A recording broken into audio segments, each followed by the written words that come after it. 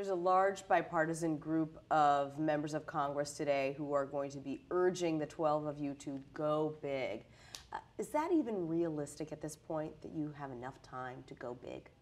Well, I think a number of us would still like to try and go big. There are all sorts of potential agreements that you could reach, some obviously bigger than others, and that remains a focus.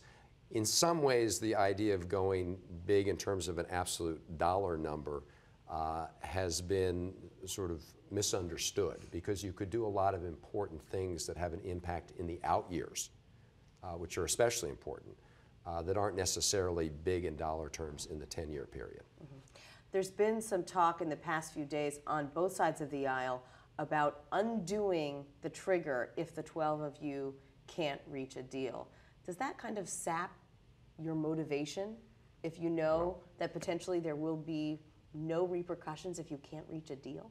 Well, I think people who are talking about undoing the trigger are not serious about deficit reduction, because if you undo this trigger, automatically you will increase the deficit of the United States by $1.2 trillion.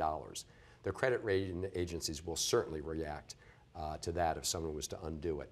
We need to face the choices now. Let's take defense. A lot of people say we should undo the trigger for defense.